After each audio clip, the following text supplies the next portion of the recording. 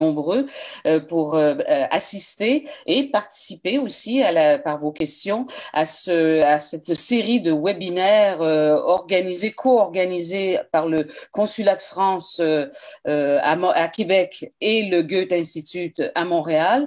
Je dis une série parce que ces webinaires portent tous sur la culture, mais ces dernières semaines, les arts et la culture, et ces dernières semaines, ils se sont succédés par discipline, en quelque sorte. Aujourd'hui, c'est le 5e de la série. Nous avons déjà fait, façon de parler, le théâtre, la littérature, la musique, le cinéma et l'audiovisuel la semaine dernière. Aujourd'hui, ce qui va nous intéresser, ce sont les arts visuels, et la semaine prochaine, ce sera la danse. Alors, chaque mardi, 11h, heure du Québec, 17h, heure française et heure allemande. Et puis, donc, vous pouvez suivre en direct ces webinaires, cette discussion. Il s'agit en fait de croiser les points de vue allemands, français, québécois sur la réalité présente à la lumière, évidemment, de la situation sanitaire et aussi de la situation économique, de la situation culturelle dont nous sommes les uns et les autres en train j'allais dire, d'émerger et on verra bien comment dans le monde des arts visuels, ce qui nous intéresse, c'est de savoir comment, notamment dans le monde des arts visuels, la coopération internationale s'est organisée au cours des dernières semaines, comment elle s'organisera dans l'avenir, parce qu'il faut aussi préparer l'avenir. Ces webinaires sont enregistrés à l'heure présente et vous pouvez donc en rattrapage ou les découvrir toute la série sur la chaîne YouTube du Goethe Institut. Donc, et puis dans la dernière partie, comme je le disais, vous avez, au moment de l'inscription, vous étiez invité, vous pouviez faire part, vous du public, de vos questions. Donc, on m'en a déjà transmis un certain nombre. Dans le dernier tiers, on va dire, de notre discussion, je vais relayer certaines questions du public parce que peut-être qu'on n'aura pas le temps de toutes les passer en revue. L'ensemble dure à peu près 1 heure, c'est vite passé, mais c'est toujours passionnant. Alors, je vous présente les 4 interlocuteurs d'aujourd'hui. Il en manque encore un qui devrait se joindre à nous bientôt, donc je le garde en réserve. D'abord, Louise Derry à Montréal, au Québec. Vous dirigez la galerie de l'UQAM. Mes présentations sont volontairement succinctes. Les gens que nous avons invités ont évidemment une feuille de route impressionnante, mais vous retrouverez plus de détails sur le site du Goethe Institut ou du Consulat de France à Québec. Donc, je vous invite à vous y reporter. Mais tout de même, sachez que Louise Derry à Montréal, vous dirigez la galerie de l'UQAM. C'est un haut lieu de l'art contemporain à Montréal. Et l'UQAM, je le précise pour nos spectateurs de l'étranger, c'est l'Université du Québec à Montréal. Donc, c'est un sigle. Vous avez été commissaire de nombreuses expositions d'artistes canadiens et internationaux présentés tant au pays qu'à l'étranger. Vous avez été notamment commissaire du pavillon du Canada à la Biennale de Venise. C'était en 2007 avec une exposition de David Almedge et plusieurs distinctions ont souligné la qualité de votre travail. Niklas, pardon, je vous francise, Niklas Mack à Berlin, en Allemagne. Vous dirigez la section art visuel et architecture du quotidien Frankfurter Allgemeine Zeitung et vous enseignez l'histoire et la théorie de l'architecture à l'université Harvard. Vous êtes notamment l'auteur d'un roman, Technophobia, ça c'est en 2020, et d'une nouvelle expérimentale, Durch Manhattan, écrite avec l'artiste canadienne Léane Shapton, ça c'était en 2017, et plusieurs prix ont également récompensé votre travail. Abraham Poincheval à Marseille, n'est-ce pas, en France? Vous êtes bien à Marseille? Votre micro est éteint, mais vous avez opiné Oui, du tout à fait, chef, oui. donc vous êtes bien à Marseille. Vous êtes artiste performeur. Votre spécialité, ce sont les performances souvent en solitaire, dans des espaces restreints. De ces dispositifs d'enfermement, par exemple, j'en énumère quelques-uns, en 2017 au Palais de Tokyo à Paris, vous vous êtes emmuré dans un rocher au centre du palais pendant une semaine. Donc, la performance s'intitulait Pierre. Lumière, ou récemment à la Galerie O à Marseille avec le projet 604 800 secondes, 800 S donc, que vous avez passé dans un trou recouvert d'une pierre pesant 1 tonne. Alors, de ces dispositifs d'enfermement, vous dites que par leur intermédiaire, je vous cite, explorer un voyage intérieur méditatif ou nomade, parce que ces dispositifs, je vous cite encore, ouvrent l'espace des mythologies. Donc, vous avez expliqué récemment dans un article dans Connaissance des arts. Ça, c'est pour l'immobilité, mais il y a aussi chez vous du mouvement.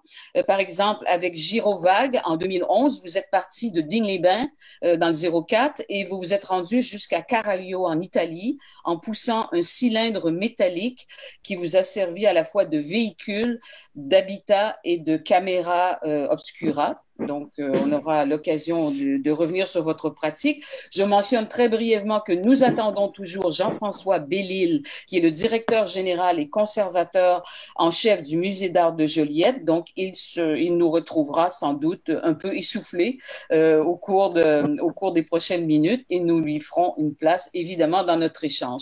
Alors, d'abord, j'ai envie de vous demander à vous, Louise Derry, très brièvement, qu'avez-vous fait à la Galerie de l'UQAM ces dernières semaines et où en êtes-vous maintenant? J'ai pris connaissance ce matin de votre dernière infolettre. Régulièrement, donc, vous communiquez sur les activités. Qu'avez-vous fait au cours des dernières semaines et maintenant? Êtes-vous déjà un peu tourné vers l'ouverture? Eh bien, bonjour tout le monde. Merci de cette invitation. Si nous étions ensemble, présents dans un lieu de Montréal, j'aurais aimé signaler comme point de départ le fait que nous aimons bien honorer la mémoire des peuples autochtones qui ont créé le territoire sur lequel nous sommes en ce moment à Montréal et qui nous permet de poursuivre une longue tradition d'échanges et de rencontres. Nous appelons ça, dans notre jargon local, la reconnaissance du territoire pour les peuples autochtones, avec bien sûr une pensée inclusive pour toutes les immigrations qui ont suivi et qui font que nous tentons de vivre en bonne amitié, quoi. Alors, Louise. Oui. Oui, je pense que même virtuellement, on peut le rappeler. Alors bon, que s'est-il passé après ce coup de hache dans notre époque qu'a créé cette pandémie qui nous a amené, dans le fond, à brutalement s'arrêter à toute vitesse. En fait, on s'est arrêté à toute vitesse.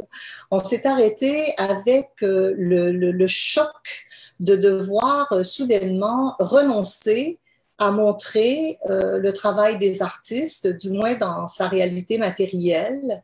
Toutes sortes d'opérations logistiques ont été déployées pour fermer des expositions, annuler des projets à venir, des voyages prévus. Donc, un peu comme tout le monde, dans toutes les disciplines et pas qu'artistique, ça a été un moment de gel, en quelque sorte, sur tout ce que nous faisions, avec une sorte de vertige sur l'obligation express, rapide, quasiment instantanée ou en même temps, de remettre les pleins gaz sur le virtuel. Parce que l'idée de ne pas exister était intolérable. Et je crois que nous sommes plusieurs à l'avoir vécu de cette manière. Alors, ce que nous pensions être une expérience dans nos vies qui allait durer 2 ou 3 semaines, qui nous amenait à penser ces problématiques et ces nécessités à la journée, c'est-à-dire on se resituait à chaque jour pour voir jusqu'à quel point on allait être capable de composer sur un élan de 2-3 semaines. Et bien, à un certain moment, on s'est aperçu qu'il fallait penser à la semaine. Et puis, il y a à peu près un mois, on s'est mis à se repositionner au mois, en quelque sorte. Alors, c'est un apprentissage du temps. On s'est aperçu que notre relation au temps était éminemment perturbée. Les calendriers d'exposition, les temps de démontage, l'impossibilité de défaire des expositions dans nos espaces pour retourner leurs œuvres aux artistes. Et on s'est aussi aperçu, bien entendu, que notre rapport à l'espace était considérablement modifié. Donc, je dirais que ces 2 premières questions, temps et espace, et puis rapport aux humains, rapport aux personnes et aux artistes qui constituent notre lot quotidien, pour que, dans un second temps, ou par ricochet, les publics, les visiteurs, eux, puissent expérimenter un rapport réel aux œuvres d'art. Donc, ces deux relations-là ont été brisées. Ce qui a engendré, donc, comme pour beaucoup d'organisations, mais je dois dire qu'avec ma petite équipe, on l'a fait très rapidement, l'intérêt de retraverser sur nos propres pas et montrer autour de nous, à travers des réseaux sociaux et notre site web, des faits marquants. En fait, on s'est dit, et c'est quelque chose qui habite beaucoup ma pensée, à savoir, mais qu'est-ce que c'est que cette course à l'innovation, à la nouveauté? Une fois qu'une œuvre est faite, montrée, terminée, elle retourne dans le noir. Tout de suite, on court vers la suivante qui va être nouvelle et inédite. Moi, j'essaie d'avoir une certaine résistance à ça. Il m'est arrivé d'exposer parfois 2 fois la même œuvre ou de prendre une quarantaine d'œuvres dans la galerie, changer le montage à chaque semaine pour que les œuvres soient dans des relations différentes à leurs voisines. Donc, cette idée-là m'habitait et je croyais intéressant de, donc, comme je dis, repasser sur nos propres pas, puis réorganiser en quelque sorte l'archive visuelle de la galerie pour créer de nouvelles connexions sur le féminisme, sur le rapport art et sciences, sur le racisme, sur toutes sortes de réalités qui sont présentes dans les œuvres des artistes et qu'on a explorées au cours des années. Mais ça, c'est de la documentation. Et moi, je crois, et on pourra en reparler, que de grandes confusions se sont installées ces 3 derniers mois, pardon, des érosions, c'est-à-dire on s'est dit, il ne faut pas perdre le public. Alors, on s'est mis frénétiquement à essayer de rejoindre pas ce que moi j'appelle le public, mais les followers, ceux qui nous suivent, les clics, les likes. Donc, des relations extrêmement immédiates et peu convaincantes pour moi par rapport à l'art, par rapport à la culture. Nous avons fait partie de cette frénésie jusqu'à temps qu'à un certain moment, il faille nous dire, eh bien, il faut à nouveau ralentir à toute vitesse.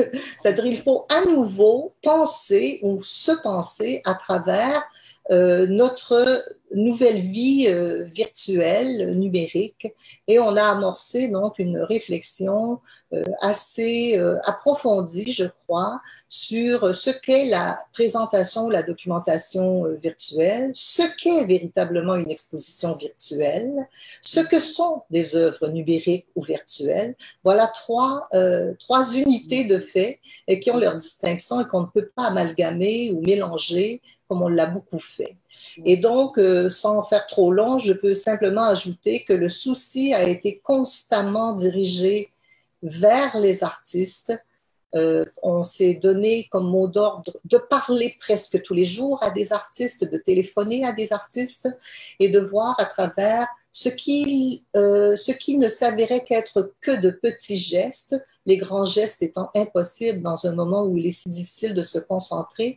Nous avons tenté de garder le lien pour être capable de rebondir de la bonne manière. Ouais. Donc, on pourra en reparler. Oui, bien sûr. Mais je vois que le rapport au temps et à l'espace, mais je retiens le rapport au temps décliné de différentes manières dans la pratique, a été au cœur de votre réflexion. Niklas Mack à Berlin, le confinement a été différent en Allemagne et puis on sait qu'il y a l'Europe en ce moment est déjà, en tout cas on parle parfois de retour à la normale. Précisément, j'ai envie de vous demander, la normalité a-t-elle changé après la pandémie? En Allemagne, notamment? Oui, oui, tout à fait. Il faut dire que l'Allemagne n'était pas frappée si forte par le virus que, disons, la France ou l'Italie ou l'Espagne. Donc, on n'avait pas de lockdown, on pouvait se promener ici dans les rues. Donc, comparé aux autres pays, c'était pas si dur. Ce qui est intéressant maintenant, où on peut déjà voyager en Europe, on peut aller en Italie, en France, ce qui est intéressant de voir, c'est que certaines normalisations n'ont pas lieu. Une normalisation qui n'a pas lieu est le retour des gens au bureau. Et c'est un aspect assez intéressant, je trouve, de la crise, qu'on peut dire qu'ici, en Allemagne, le coronavirus a accéléré certains développements, mutations de la société qui, bien évidemment, ont commencé avant, mais la crise a accéléré ces développements. Et un qui me frappe le plus, c'est que l'idée d'aller le matin au bureau, dans un bâtiment au centre-ville où on travaille, est mise en question d'une manière brutale et fondamentale. Et donc, il y a un discours maintenant en Allemagne, parmi les grandes entreprises, s'il peut continuer de laisser les employés chez soi, à la maison, et c'est une discussion qui peut, avec les autres mutations, les autres changements qui sont là, en route, peut vraiment profondément changer l'idée de la vie urbaine, l'idée du vivre ensemble en Allemagne. Et c'est un débat un peu au-delà de toutes les discussions sanitaires qui, je trouve, est assez intéressante aussi sur le plan où on se demande quel peut être le rôle de l'art dans une nouvelle société urbaine dont on voit déjà les contours. Et donc, par exemple, il y a ici une discussion maintenant ce qu'on fait avec les centres commerciaux en Allemagne qui souffrent beaucoup de la crise, mais aussi qui ont souffert déjà avant parce qu'il y avait le online retail.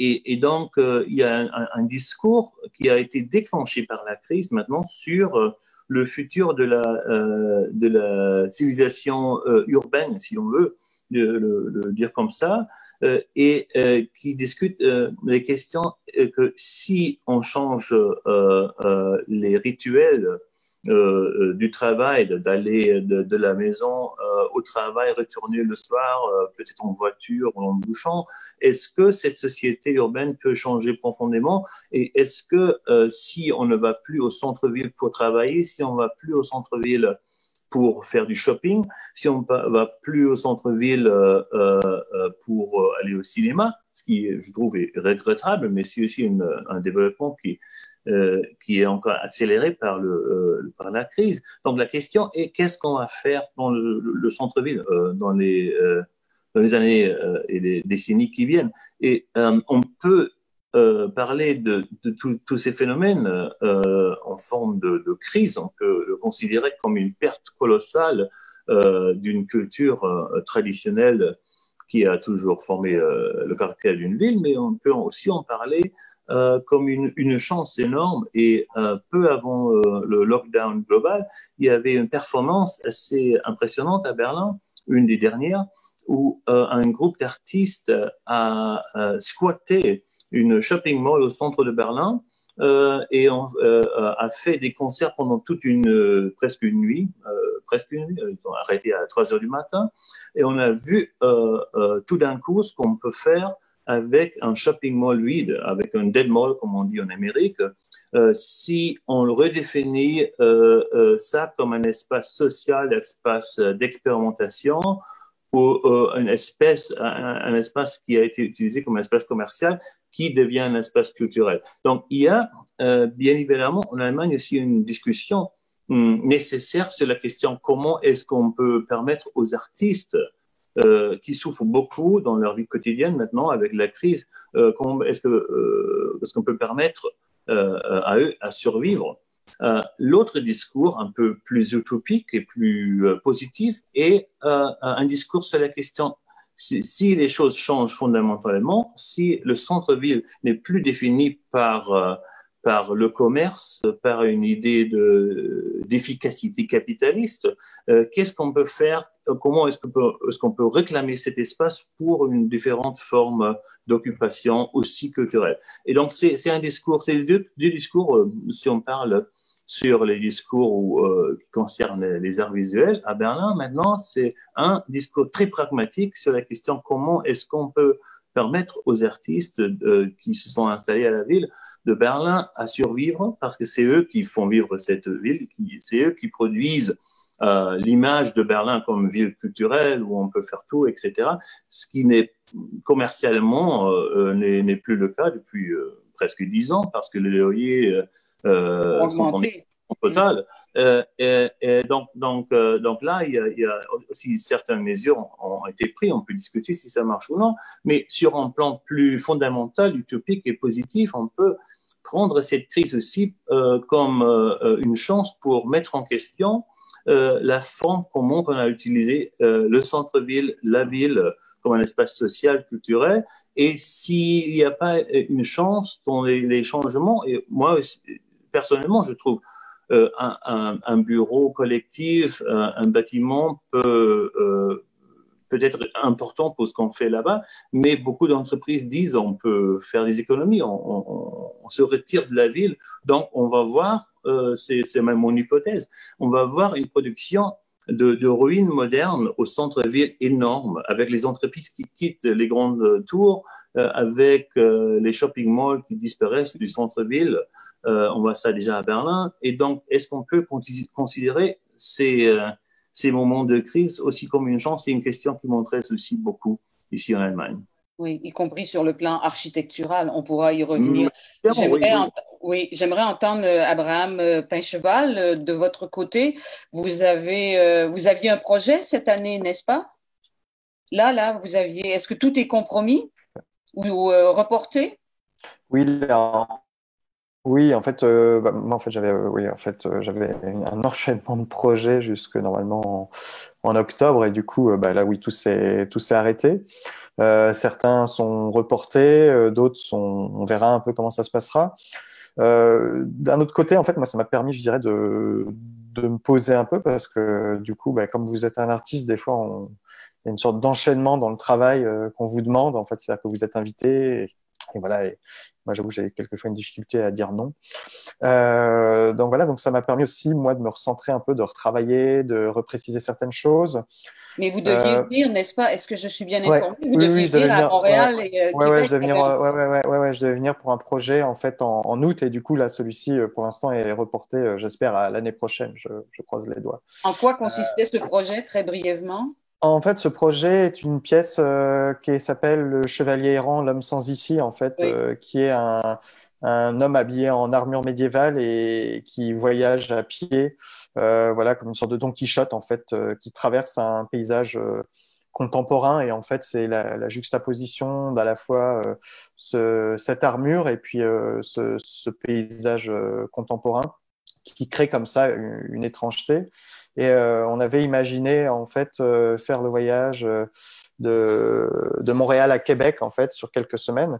Et c'est aussi une œuvre qui se fait avec les personnes rencontrées. En fait, c'est aussi un ensemble de discussions qui se fait au fur et à mesure. Et puis aussi, c'est ces paysages traversés comme ça. C'est une pièce que j'avais déjà fait en Bretagne, en France.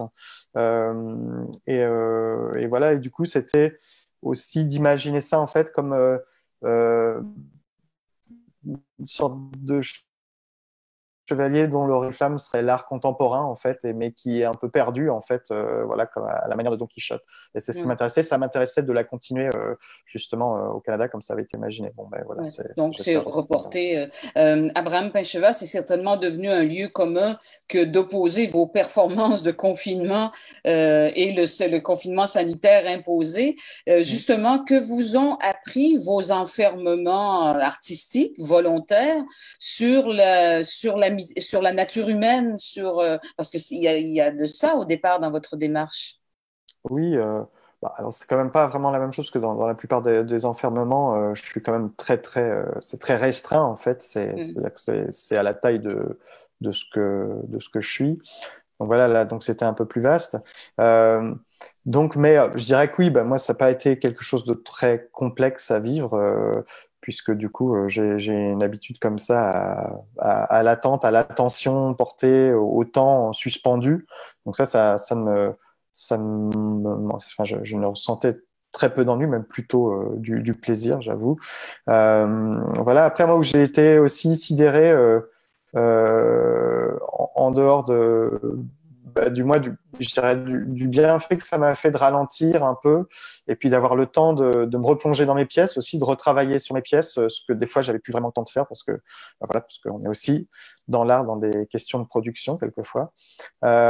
C'était donc du coup de me replonger. C'est aussi de voir aussi, par exemple, à Marseille, comment du fait que les bars, les restaurants, les salles de concert soient fermées, comment en fait beaucoup d'artistes et pas simplement des artistes aussi, enfin voilà, des personnes qui vivent dans les villes, comment on réinvestisse les lieux et réinvente presque, je dirais, l'espace public, en fait, où je me disais, mais finalement, d'un endroit qui semblait peu avenant, peu répondre à la pause, bah, du coup, comment tout à coup, ça pouvait devenir un endroit pour un pique-nique, bien entendu, en enfreignant certaines lois, bien entendu, certaines obligations, mais comment les gens réinventaient je sais pas, d'un bout de bitume, on faisait un endroit, une terrasse, quoi. Et ça m'a énormément surpris. Et aussi, alors je suis aussi enseignant à côté de ça au Beaux-Arts d'Aix-en-Provence, et de voir aussi comment d'anciens étudiants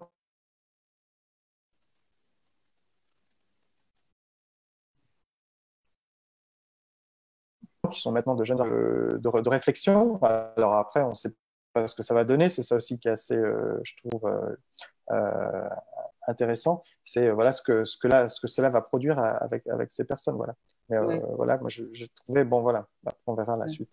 Niklas Mack soulignait tout à l'heure que la réticence, enfin l'interrogation, la réinterrogation du cadre du travail, du milieu de travail, le bureau. J'ai envie de vous poser la question aussi bien à Louise Derry qu'à Niklas Mack. Est-ce que les gens retourneront en galerie? Comment va se dérouler s'ils ne retournent pas au bureau, s'ils ne veulent pas renouer spontanément avec des pratiques anciennes? Est-ce que l'expérience de la galerie, pour employer des termes très marketing, là, est-ce que l'expérience de la galerie va changer?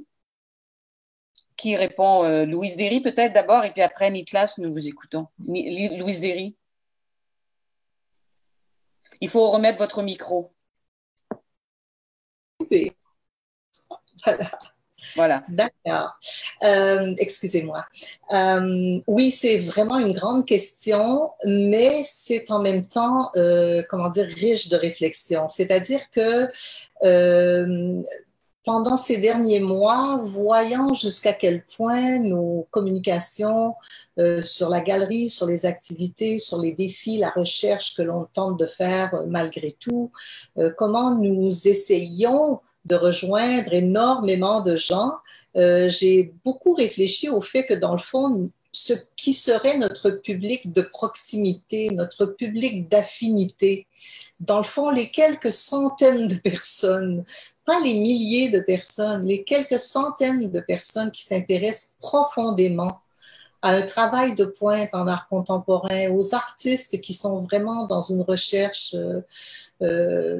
approfondie, comme des intellectuels le sont, comme des gens qui réfléchissent, des penseurs, des essayistes, eh bien, je me suis dit qu'il fallait à tout prix penser à eux, que les stratégies que nous avions eues ces 10-15 dernières années, et puis là, la question de la coopération internationale, elle est au centre de cette question, sur le fait qu'il fallait avoir une activité internationale, il fallait développer des réseaux, des connexions, échanger des artistes, des projets, des expos, des catalogues, etc.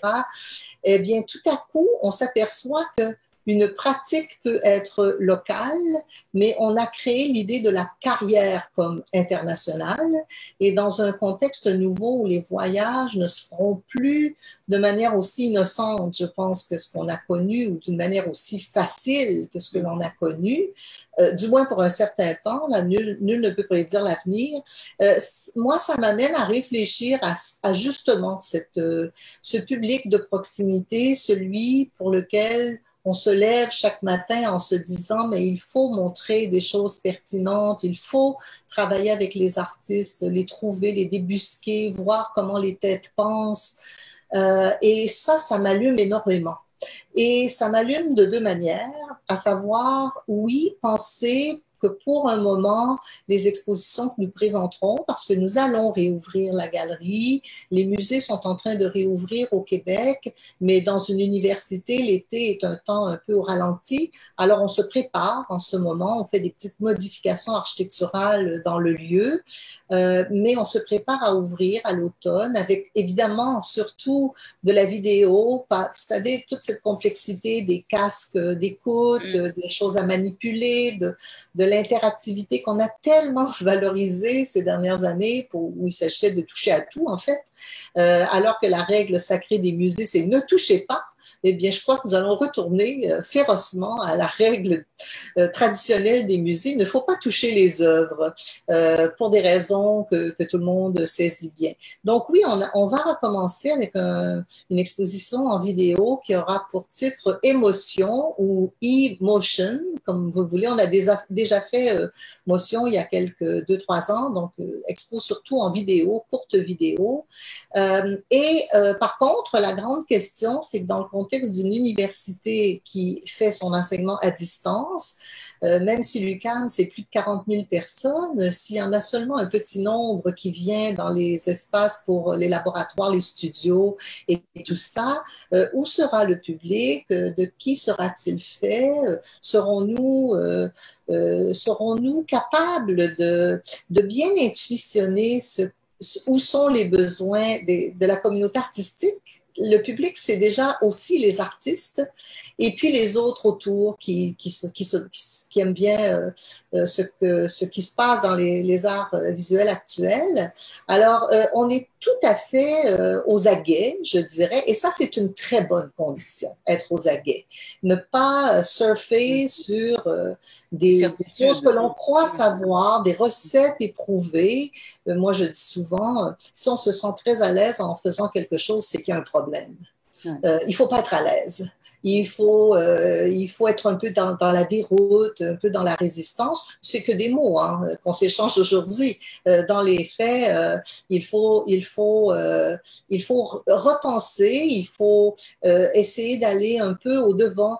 C'est une période propice à essayer des choses. La peur de se tromper, la peur de ne pas avoir de public, de ne pas vendre de tickets d'entrée, cette peur-là, elle est relayée par quelque chose d'autre qui est une permission, je crois, une autorisation que l'on peut se donner d'essayer des choses quitte à se tromper.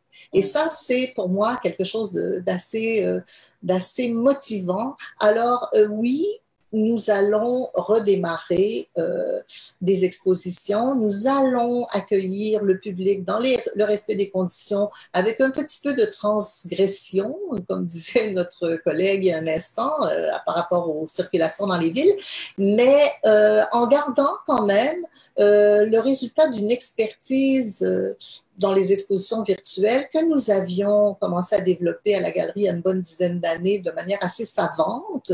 On fait partie de ceux au Canada qui avons réalisé des projets d'exposition virtuelle bâtis sur parfois 2 années et demie, 3 années de recherche. Donc, des projets très ambitieux. Donc, on continue ça. Et puis, on jette un regard, comment dire, plus fin sur notre documentation et sur les projets récents des artistes pour lesquels on a des choses qui peuvent se poursuivre. Donc, peut-être pour conclure sur ce point-là, je dirais que pendant longtemps, ces 20 dernières années, l'arrivée du numérique est une condition culturelle de notre société aujourd'hui. Donc, l'arrivée, la force, la poussée du numérique, l'arrivée des ordinateurs dans les maisons a fait en sorte qu'on a tenté d'adapter ce que sont les arts visuels à des possibilités numériques.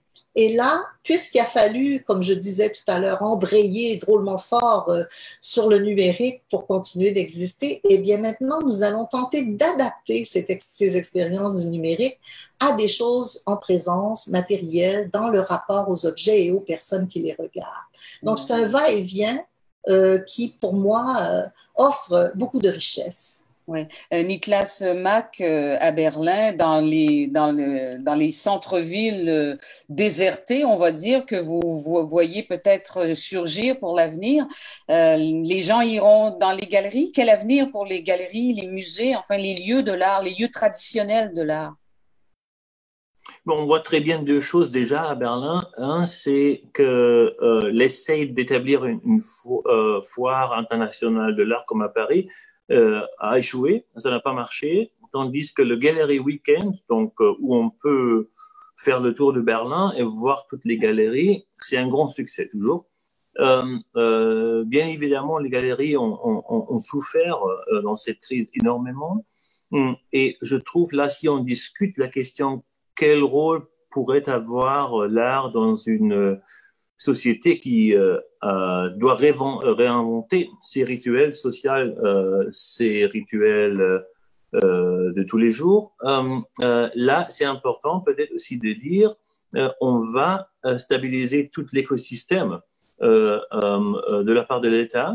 L'État d'Allemagne a dépensé énormément d'argent pour les institutions de l'art ces dernières années et aussi dans la crise pour sauver l'infrastructure culturelle. On a dépensé presque 500 millions d'euros, ce qui est énorme. Le problème, c'est on donne aux artistes, à l'artiste singulier, au maximum 5 000 euros, un paiement pour survivre à cette crise.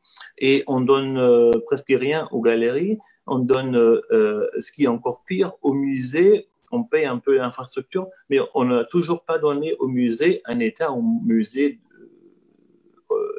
qui appartiennent à l'État d'Allemagne. Ils n'ont toujours pas un État pour acheter de l'art contemporain. C'est ridicule si on compare avec les dépenses qu'on a à Berlin pour les grands musées phares qu'on construit. Donc, on a presque une situation à Berlin, un peu comme sur les îles de Pâques.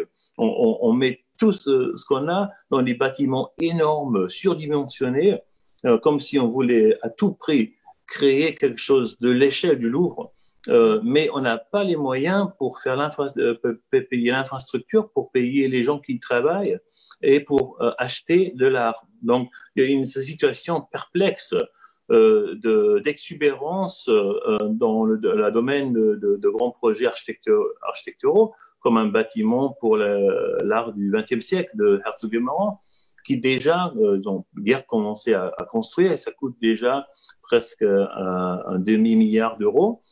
Mais on a un État pour acheter de l'art de maximum 250 000 euros par an à Berlin pour acheter de l'art contemporain. Donc, c'est complètement démesuré. Donc, il faut, je pense, déclencher un débat sur comment est-ce qu'on dépense les moyens qu'on a et la richesse que l'État allemand a certainement et certains pays en Europe ont certainement. Comment est-ce qu'on dépense cet argent? Et je pense qu'il fallait faire plutôt un financement des grassroots pour encourager les musées publics à acheter de l'art. Donc, ça aide les galeries, ça aide les artistes, plutôt que de bâtir encore un musée, encore un musée, encore un musée. Donc, ça c'est un débat qu'on mène à Berlin. C'est une discussion assez violente aussi sur la question est-ce qu'il ne faut pas dire adieu à une certaine idée du musée gigantesque comme un espace public et le remplacer par un financement des institutions qu'on a. On a à Berlin, dans la Stiftung Preußischer Kulturbesitz, donc c'est la réunion des musées de Berlin, Potsdam, qui ont 15 maisons, 15 petites maisons, mais très, très bonnes maisons. Est-ce qu'il ne fallait pas donner de l'argent à eux pour acheter de l'art, pour créer une forme de microcosme où les gens peuvent pas seulement voir de l'art, mais aussi utiliser les musées qu'on a comme un espace, presque comme un living room, un salon public où on peut voir de l'art, mais aussi se rencontrer. C'est quelque chose qui se passe souvent en Angleterre déjà, parce que là, on peut aller au musée sans payer. Donc, les jeunes, spécialement, utilisent le musée comme un espace, presque comme un jardin public, comme un living room public, pour se rencontrer, pour passer du temps. Et je trouve ça, c'est une discussion sur la politique culturelle et sur la façon, comment est-ce qu'on dépense les moyens qu'on donne au monde de l'art. Et donc, il faut à tout prix être très précis avec cette définition. Qu'est-ce que c'est ce monde de l'art? Et comment est-ce qu'on peut vraiment aider un écosystème, pas seulement à survivre, mais à aussi remplacer ce qu'on a perdu dans la ville postmoderne de notre temps. Parce que, comme j'ai dit, on va avoir beaucoup de ruines d'une société moderne capitaliste parce que donc une forme d'efficacité capitaliste mange une autre forme. Donc, c'est-à-dire le shopping mall, le centre commercial qui a toujours été regardé comme quelque chose qui détruit la vieille ville, maintenant est détruit par le online shopping. Donc, un nouveau monstre a mangé l'autre monstre. Donc, on peut faire quelque chose avec la carcasse du monstre.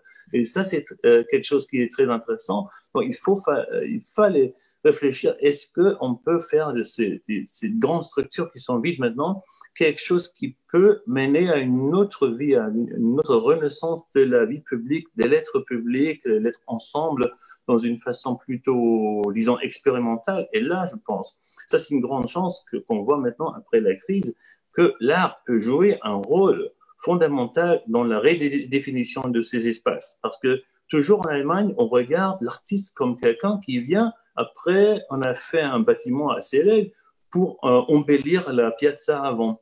Et donc là, maintenant, les gens commencent à comprendre que l'artiste peut jouer un rôle conceptionnel, expérimental, un rôle aussi qui encourage les gens à voir la vie dans une ville totalement différente qu'on l'a envisagé déjà dans les années passées.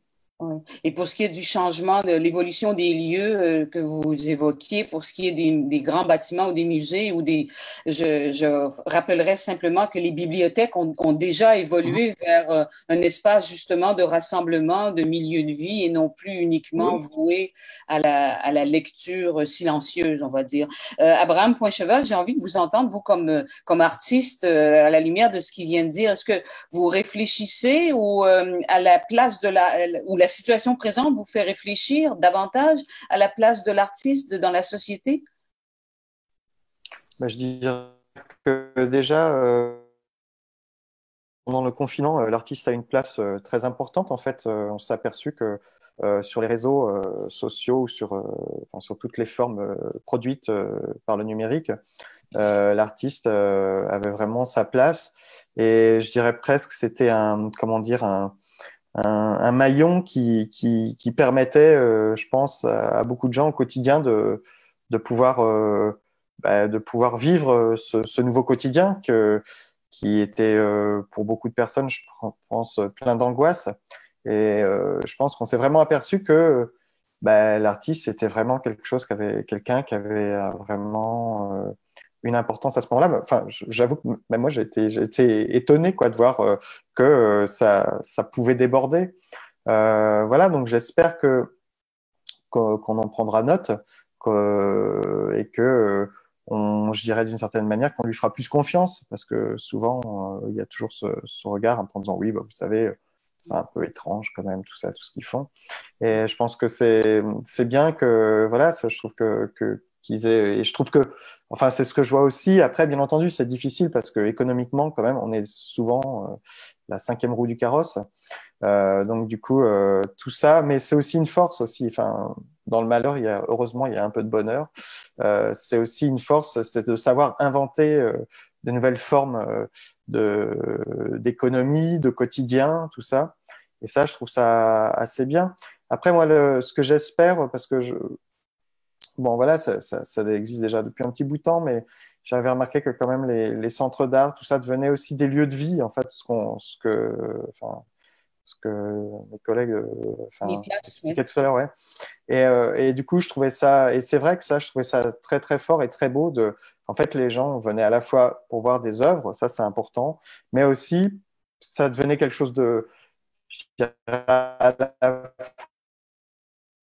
fois de quotidien, mais en même temps qui ouvrait les regards, enfin les discussions. Et ça, j'espère qu'on ne le perdra pas aussi. Enfin, j'espère qu'on le retrouvera, que les gens retrouveront cette simplicité d'aller dans les lieux d'exposition pour aller voir des expos, parce que c'est très important. Et puis, c'est ce qui change aussi nos regards, nos façons de penser. C'est des endroits d'échange et de réflexion sur le monde. Et voilà, ça, je trouvais ça assez fort. Et qu'attendez-vous de l'État? Qu'attendez-vous de l'État par rapport à vous, artistes? Qu'attendez-vous de l'État? L'État, alors c'est toujours compliqué parce que du coup, moi je dirais que l'État prenne soin de ses artistes en fait, qu'il soit attentif à toutes les formes, tout ça. En même temps, je trouve aussi important que d'un autre côté, on sache aussi par nous-mêmes inventer des structures et des formes. Je pense que on voit bien aujourd'hui que on peut plus faire comme ça a été au moment de l'invention des centres d'art, que l'État était le point central et que c'est lui qui tenait toute cette économie. On voit bien que c'est très complexe aujourd'hui. Et c'est aussi aux artistes aussi de savoir aussi inventer des formes. Bien entendu, c'est important qu'ils soient aidés, mais aussi c'est important aussi qu'on invente aussi d'autres formes économiques. Et ça, je pense que aujourd'hui, les jeunes artistes l'ont bien compris, en fait, l'ont tout à fait. Et ils travaillent sur ces deux rapports au monde, en fait. Et ça, c'est important. Et puis aussi, moi, ce que je m'aperçois de plus en plus aussi, que je trouve intéressant, qui était déjà un peu là avant, mais je trouve qu'il se précise aussi, c'est cette capacité qu'ont les artistes aussi du monde du spectacle, de la danse, du théâtre, de la musique, des arts plastiques aussi à rebondir les uns avec les autres. Et ça, je trouve ça aussi, parce que du coup, ils s'aperçoivent aussi des modèles économiques qui sont très différents. Enfin, c'est-à-dire qu'avant, moi, quand j'ai commencé, quand j'ai commencé à faire de la performance, je me projetais pas du tout dans ce qu'était le milieu du spectacle, de la danse, du théâtre. Et aujourd'hui, je trouve que c'est beaucoup plus facile et on comprend plus les possibilités et aussi de savoir aussi parce que c'est aussi des histoires économiques aussi tout ça, pas que, mais c'en est aussi une partie, que en fait on pouvait prendre de l'un pour rebondir sur l'autre et voilà, on pouvait se donner de l'énergie les uns les autres. Et ça, je trouve ça aussi c'est des nouvelles. C'est des pratiques qui existaient avant, mais je trouve qu'ils se sont beaucoup plus développées et beaucoup plus structurées. Voilà. Qui se déploient autrement, qui peuvent se déployer autrement. Ouais, oui, tout à fait, et qui sont aussi plus reconnus aussi, peut-être aussi, qui restent moins dans le parking ou des choses comme ça. Oui. Alors, écoutez, l'heure tourne. Je pense qu'on peut passer à quelques questions du public. J'en ai une ici qui apparaît. Les artistes peuvent-ils, alors c'est assez pratique, hein, il y a des questions, les artistes ont besoin de lieux de diffusion. Pourraient-ils transformer leur studio, leur appartement en salle d'exposition publique? Puisqu'on est en train là, d'essayer de se projeter dans des formes nouvelles, des lieux nouveaux. Est-ce que ça vous paraît concevable comme lieu de diffusion? Bien. Oui, ou Niklas? Non, ça dépend. Je trouve que ça dépend de l'architecture des endroits où habitent et travaillent les artistes. Si on une forme où on peut mélanger l'idée du public et du privé, ça peut être un espace fascinant.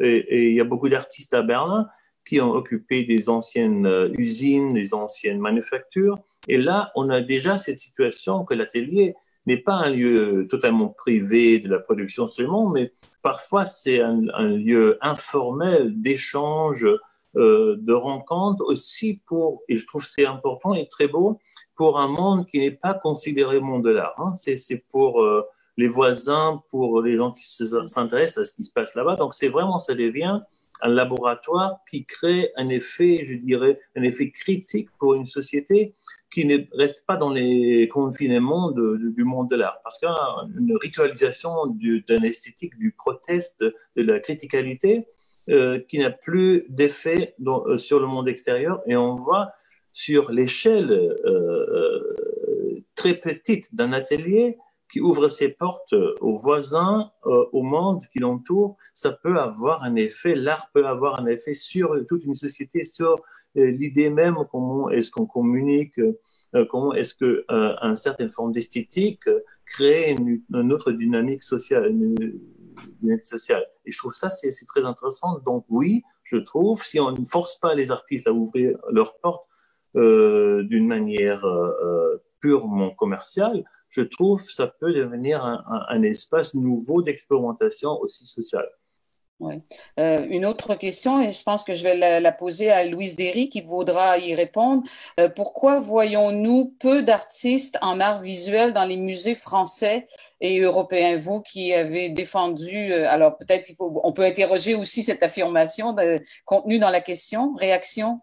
C'est une vraie question de coopération internationale qui est quand même un petit peu au centre de notre rencontre, parce que c'est compliqué. Je pense que, par exemple, les salons du livre internationaux accueillent des artistes de façon plus plus facile que déplacer des expositions pour des plages de temps dans les musées. Il y a des réalités pratiques aux arts visuels qui font que ce n'est pas toujours si aisé de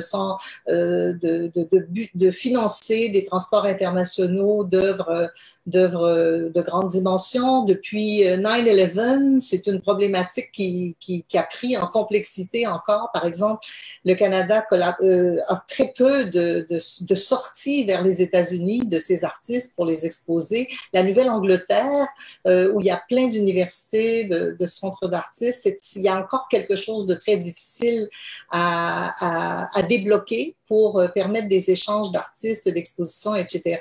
C'est sûr qu'avec la France, la Grande-Bretagne, quelques autres pays d'Europe, parlons de l'Italie, l'Allemagne, la Belgique, il y a des passerelles établies grâce à la coopération culturelle, grâce à la diplomatie culturelle depuis des décennies. Les modèles ont varié très peu, toutefois, on pourrait peut-être les re-questionner, on pourrait les examiner aussi à l'aune des difficultés présentes sur la mobilité des artistes eux-mêmes, pas que des caisses d'œuvres d'art, mais des personnes elles-mêmes, et aussi à l'aune de nouvelles possibilités numériques. Alors, le numérique, là, c'est à la fois la chose qui est irritante et permissive parce qu'on ne veut pas tout mettre entre les mains des possibilités à distance, mais il reste que quand même, on peut développer des choses qui peuvent être porteuses si on sait les voir sur le temps. Nous sommes en train justement de développer avec une organisation artistique française qui s'appelle Aware, qui est un centre de ressources sur les femmes artistes. On est en train de créer un pont assez important sur environ 5 ans. Donc, un vaste projet que l'on développe avec la galerie et ce groupe de chercheurs, auprès duquel se grefferont éventuellement des partenaires, que ce soit par exemple les pratiques autochtones que l'on veut connecter là, sous le thème de sœurs cosmiques. On pourrait imaginer des artistes samis de la Norvège qu'on met aux côtés d'artistes du Nunavut canadien, chose très difficile à faire dans la réalité, mais très possible à faire sur des bases de données, des microsites, des sites web, des choses comme ça. Ça, c'est très excitant. Ça fait avancer la recherche, premièrement, et ça crée des proximités d'artistes et d'œuvres. Tout à l'heure, j'entendais M. Pincheval parler des échanges qui se font, notamment parmi les gens qui pratiquent les arts vivants, quelle que soit la discipline d'origine, et aussi juste le côtoiement entre les artistes. Les artistes sont des diplomates culturels et on a intérêt à continuer à les mettre ensemble. Je dirais que les lieux d'exposition, les musées, c'est une chose. Les autres lieux de l'échiquier des arts visuels, il y a beaucoup plus de communication entre centres d'artistes, entre galeries d'école des beaux-arts en France et galeries universitaires au Canada. Nos modèles sont un petit peu différents. C'est toujours à développer. De génération en génération, c'est à recommencer. Et c'est sans cesse à réexaminer comme modèle de partenariat. Mais juste pour connecter sur la question précédente par rapport aux ateliers d'artistes, il y a eu de nombreux projets où des ateliers s'ouvraient, des chambres d'artistes s'ouvraient, des projets commissariés, des projets qui ont animé des villes. Je me souviens de certains projets à Amsterdam. Il y a les portes ouvertes des ateliers dans plusieurs villes du monde, à plusieurs moments de l'année. Et tout ça est extrêmement intéressant. La condition de base, c'est que, par exemple, une ville comme Montréal soutienne davantage les ateliers d'artistes. C'est le point de départ, après tout. C'est l'assise. Et là, ce bouleversement architectural que l'on va connaître dans les milieux urbains va peut-être inciter des gens à dire confions des espaces, que ce soit des centres commerciaux ou autres, à des artistes. Il y a dans les bordures des centres-villes parfois des friches industrielles, des endroits où les entrepôts ne sont plus utilisés parce que la livraison des stocks de marchandises ne se fait plus de la même manière. C'est produit en Chine, c'est envoyé directement chez le commerçant, ça ne transite plus nécessairement par de grands entrepôts qui, eux, sont laissés vides. il y a tellement de possibilités qui pourraient être mises en place pour que au moins les artistes aient des conditions, des lieux de travail et qui sont suffisamment grands pour favoriser justement cette interaction plus large avec des gens qui ne prennent plus le métro pour aller travailler, mais seraient très heureux de le prendre pour aller au cinéma ou aller visiter une exposition ou découvrir un lieu industriel où il y a des artistes très étonnants qui vont leur montrer des choses qui vont les étonner. Donc, c'est un peu toute une écologie à remettre en place en déplaçant certaines pièces de l'échiquier. C'est l'ordre des choses qui changent. Très bien. J'ai deux questions en terminant et assez rapidement parce que l'heure tourne. À Niklas Mack, l'architecture à venir, parce que je vous écoutais tout à l'heure, l'architecture qui va naître demain, après-demain, l'année prochaine, dans 10 ans, dans 100 ans, celle domestique comme celle des bâtiments, va-t-elle revoir ses pratiques, ses sources d'inspiration? Est-ce qu'on va assister à une architecture, à l'émergence d'une architecture post-Covid, reconnaissable, repérable en tant que tel? Non. Je pense que Covid a accéléré des développements qui sont déjà annoncés avant la crise. Je pense que ça accélère, mais je ne crois pas qu'il va y avoir une architecture hystérique qui tente à éviter le contact, etc. Donc, l'architecture toujours aussi un effort de permettre aux gens de se rencontrer et de se retirer. Et ça va rester comme ça, je pense. Je pense qu'on va voir, et je pense que le coronavirus va accélérer ce développement. On va voir l'effondrement d'une organisation de la ville, qui n'est pas à cause de Corona, mais Corona va l'accélérer. Donc, et on va devoir redéfinir ce qui est un centre-ville, ce qu'on fait là, comment est-ce qu'on combine le travail ou ce qui reste du travail avec ce qu'on veut faire dans la vie personnelle et tout ça dans une ville future. Donc, je pense que c'est plutôt une question de réutiliser les espaces qui sont là d'une autre manière. Je pense que là, dans cet acte de réaction sur une société digitalisée qui voit aussi une perte de travail à cause de la robotisation, etc. Là, je pense qu'il est nécessaire de redéfinir ce que c'est dans le futur le travail, le congé, où est-ce qu'on va mettre en question ces termes même et créer une nouvelle forme de vie dont les de cette vieille société qu'on trouve et que je pense que là, les arts visuels, les arts expérimentaux, parce que c'est pas purement visuel, comme nous savons, ont un rôle fondamental à jouer. Donc, je pense que malgré la crise qui menace les artistes au moment, il y a quand même un rôle très important pour les artistes dans les mois, les années qui viennent à redéfinir ce que peut être une société future dans ces ruines de la ville d'antan. Bien. Donc, plus globalement, la société. Abraham Poincheval, ma dernière question sera pour vous. La mobilité de l'artiste, quelle sera-t-elle? Devra-t-elle être revue à moyen terme, à long terme? Est-ce que vous nous entendez? Est-ce que vous nous entendez, Abraham Poincheval? Oui. Oui.